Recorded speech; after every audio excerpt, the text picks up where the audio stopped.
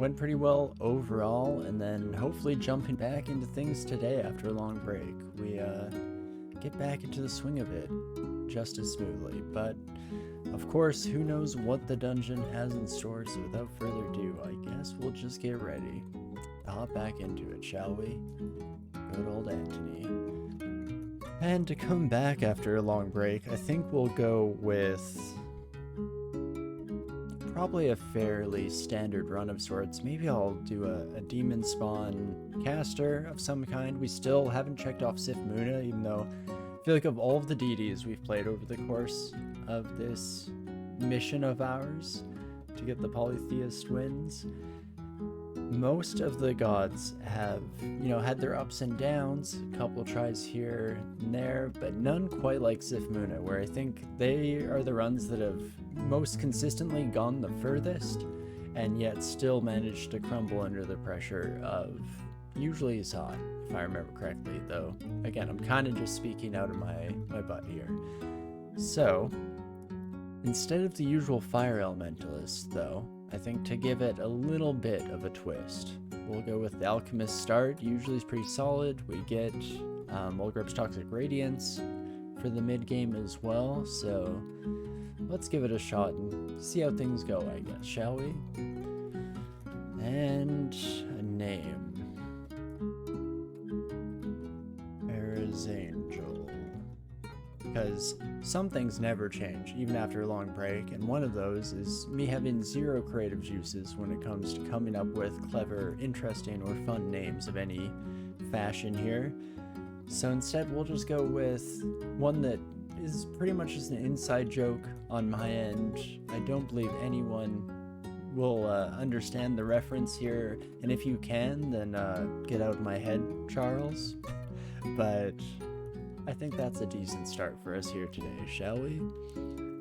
And of course, as always, we'll do a little bit early configuration, figuring out where to put all of our early game training here. I guess we could train more alchemy, try to get like Mephitic Clouds up sooner rather than later. We'll play it by ear as we go here. Finish off our usual run start routine, of course.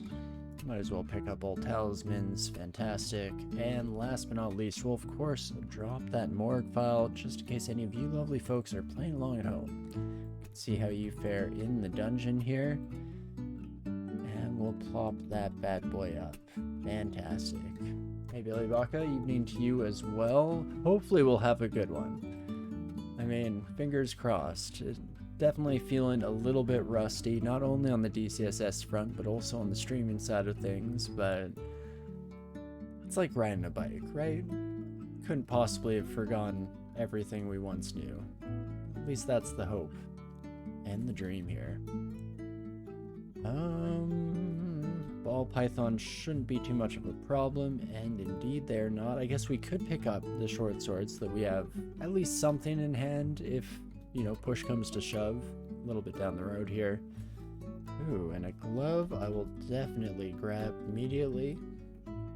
Nice to feel that at least my ability with all the hotkeys is looking to have not degraded too much in the interim period since we were last playing the game here, so that is lovely. Of course, we just have to find a barding here right away on a character that can't use it. But let's see, we grow a small tail, so we're gonna get the scorpion stinger, I believe, which, if I remember correctly, means no cloak slot for us in the later parts of the game here, so that's gonna be a little bit unfortunate, but hopefully by the time we get there, it won't really be too much of a deterrent in regards to our success. Of course, we'll have to see how everything shakes out. At the very least, we've made it through our first floor. Huzzah. You gotta take pride in the little victories here, because who knows how the rest of the evening is gonna go. Ooh, and more gloves. I guess fashion is, as always, a pretty critical part of our dungeon delving experience, and I do like the black with gold over the blue. So we'll try that out. And okay, we do get blink and a spellbook rather, sorry. So that will be a spell that is fairly likely to be learned at some stage in our journey here, regardless of things. Not too bad. Guess I also could have mentioned earlier when we swapped weapons that we did switch over to the quarterstaff. If I recall correctly, quarterstaff is pretty high up there in regards to weapons that you can use with 0 training. I mean, sure, our attack delay isn't great, but the base damage on a quarterstaff is pretty dang solid without any training, so this will be a half-decent backup weapon for us. At least at the moment here. Ooh, but we do get a willpower and see invisible whip. So I might as well swap to that, and that kind of can set a little bit of our tone for the next little while here. Just pass a spear, which, if we hadn't just found this whip, that's another weapon that falls into the category of fairly decent, even with little to no training. Though on the spear side, that's of course largely due to the reach and how powerful that can be in this game. Really any kind of positional tactics game, you benefit a lot from being able to control the fights at a bit of a distance whenever possible, but hopefully that won't be a factor here today, as I don't think I can say no to this lovely whip that we've picked up for ourselves.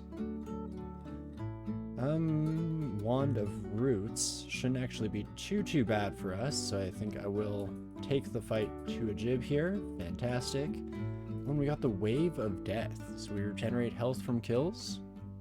I don't mind that whatsoever. Ooh. Grinder popping up out of nowhere on the other hand, that I do mind a little bit more so. At the very least, we'll head up this stairwell down another and see if we can't kind of circumvent any potential encounters with that son of a gun. Or not at all. Okay, I started to get a little bit concerned getting paralyzed right off the bat there in the encounter, but it seems like Grinder had 0 interest in actually taking advantage of the situation. Also, okay, the Wand of Roots is still there with 14 charges.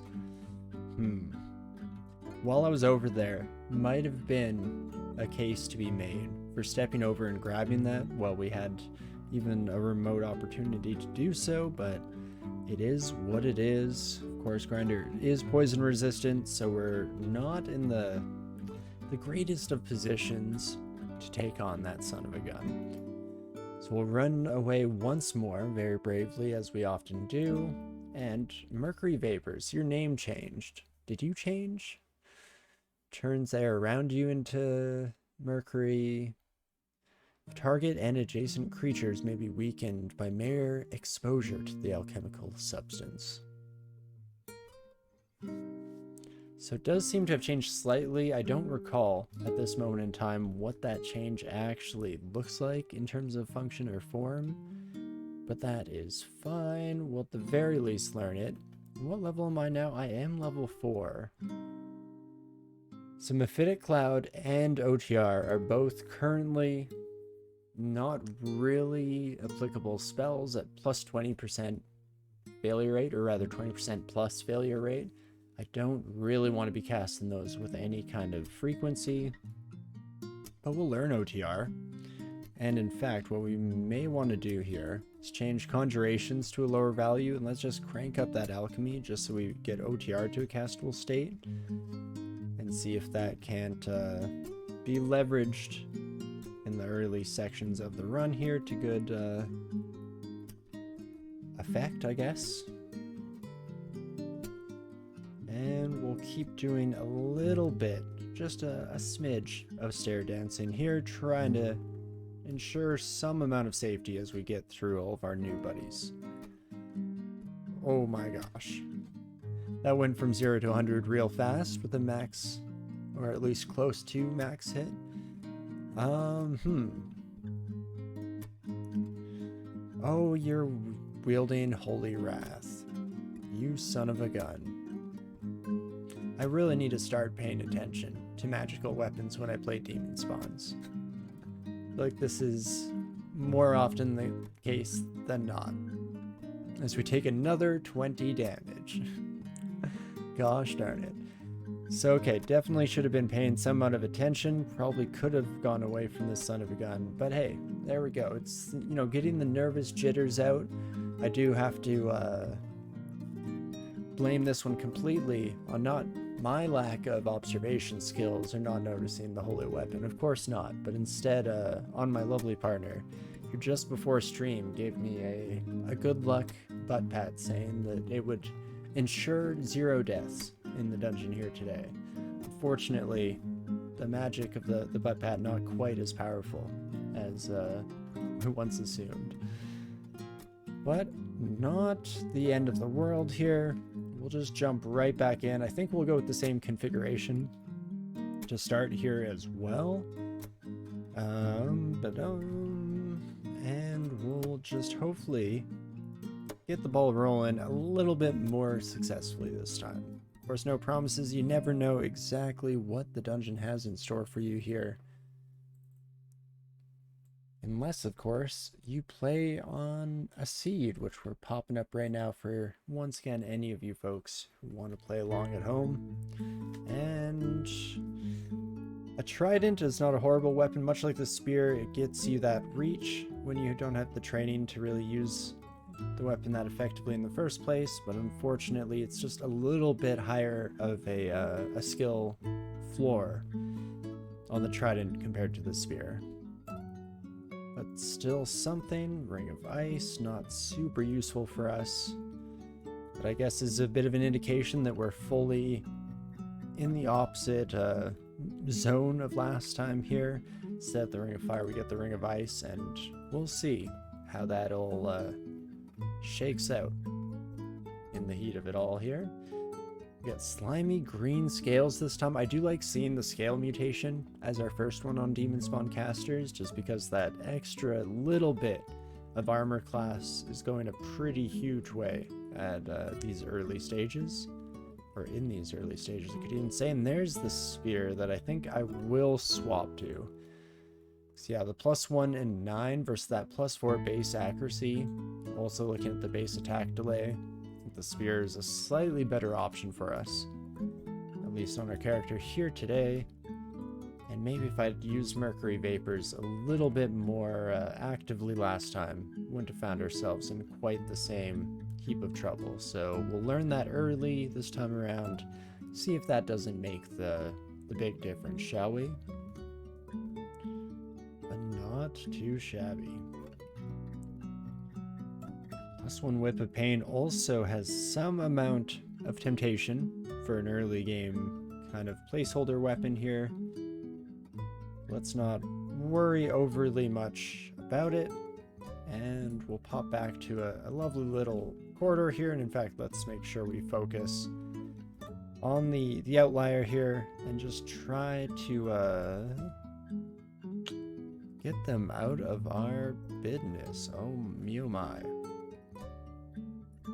Well, let's, I guess, weaken all of you, and we can hope that that has some amount of efficacy here in keeping us alive. Otherwise, I guess the only real option is to hope we kill you. Okay, not a bad start. Keep making you kids sicker as we go. I don't actually know off the top of my head what specifically this weakness did. You do travel slower than me. Of course, we do have to be cognizant of the fact that they will shoot out a web. But we can kind of just keep plopping around is what I was gonna say. Unfortunately, they got the wiser on us there, but got our poison down. We'll see if we can't do a little bit of ring around the rosy, as we often do. At least the ensnare doesn't do any damage to us, so it's a little bit of a non-issue. Or at least that's what I was hoping the entire time. And there we go, another level. We get fingernails lengthening this time around. So that could potentially transition us into a half-decent, like, unarmed approach as the run continues. Though, of course, the flip side of that is that generally with the caster, I'll probably be relying on, like, shape-shifting abilities rather than my own claws, but something to note, I guess. I always have high aspirations and, you know, grand dreams of actually taking full advantage of every single one of our mutations on Demonspawn. Whether or not that ends up being the case can be a little bit more up in the air. But let's head over this direction, attack a bush for far too many turns, like hundreds and hundreds. Oh gosh. Chose the wrong bush to try and fight here, apparently. Can I poison you? Does this do anything? Does technically affect you, but I can't imagine the poison does any damage. Yeah, you do have resistance to poison, which makes sense. Oh gosh, well, good thing hunger is no longer a factor in this game, and all of that for a drop of blood. 3 whole poison darts. Fantastic. Oh wow. Distressingly Furry Cloak. Resist poison is pretty fantastic. The drain is not great, but hopefully by the time we have a better option, we're kind of okay to eat that. Because otherwise, the dex, you know, helps a little bit in the background there, giving us a little, you know, a smidgen more evasion and things like that. But the resist poison is the biggest factor, I think. And throwing that bad boy on, so let's do so. I'm assuming if my mutation kicks that off, that will count as unequipping it, which actually makes it a potentially dangerous clothing item for us because we can't control when that mutation decides to go full power. So let's just, I guess, hope that it's not at some terrible moment.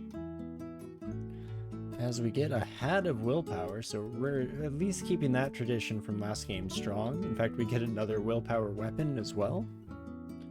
Okay, I will take it. Throw that bad boy on. I mean, an axe without any training won't be the most effective of tools in our arsenal, but at the very least, I guess the willpower is nice. The resist electricity is pretty fantastic for those early electric eels that can sometimes be a little bit of a headache. At least until you have a good flame wand and can start serving up some fresh unagi. Ooh, a helmet with minus intelligence. Not great, but flying, resist cold, and a bit of strength does intrigue me. I mean, 2 points of intelligence. At this stage, we could almost put it on and, you know, we'd at least kind of get used to it. Could check how much it will affect our casting rate. So like 30% failure rate on ult grabs. If I switch that out, we go to 34. That's not really too much of a problem for us. Helmet's a little intense looking in terms of character sprite, but hey, that's what we want here, I guess. We can strike fear until the innocent denizens of the dungeon that we are uprooting violently from their homes. And we'll see how that goes, shall we? Fantastic. This time around, we set that conjuration skill a little bit lower in terms of the training we're aiming for, so we'll see if that pays off in hopefully a slightly earlier Toxic Radiance.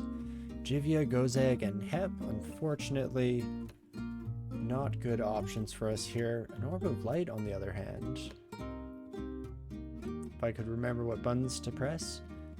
Might as well throw that on. I guess it's See Invisible. We're not really sneaking up on anyone regardless, so we don't lose out too much with the aura that this creates. And there we go. Dungeon 3 complete. That might have put us into a brand new record territory here, just seeing as how our first run wasn't exactly the most uplifting of stories in terms of our success, or more accurately, the lack thereof. Two scrolls that I probably should read, see if we get some useful consumables early on. This is a pretty big orc pack for early on in the game here. No priests, so not exactly an issue for us to deal with, but again, something to note, I guess. When you're in the early sections of the game, you got to take any opportunity you can when it comes to narration. Otherwise, I'm just talking a whole lot about things we've done many, many times before. Okay, this is an interesting setup here. Venomous seems to have gotten a little bit of special treatment, I'd say. Don't know how fair that is, but I guess that is all up to the discretion of the builder here. I do like the faces in the stone.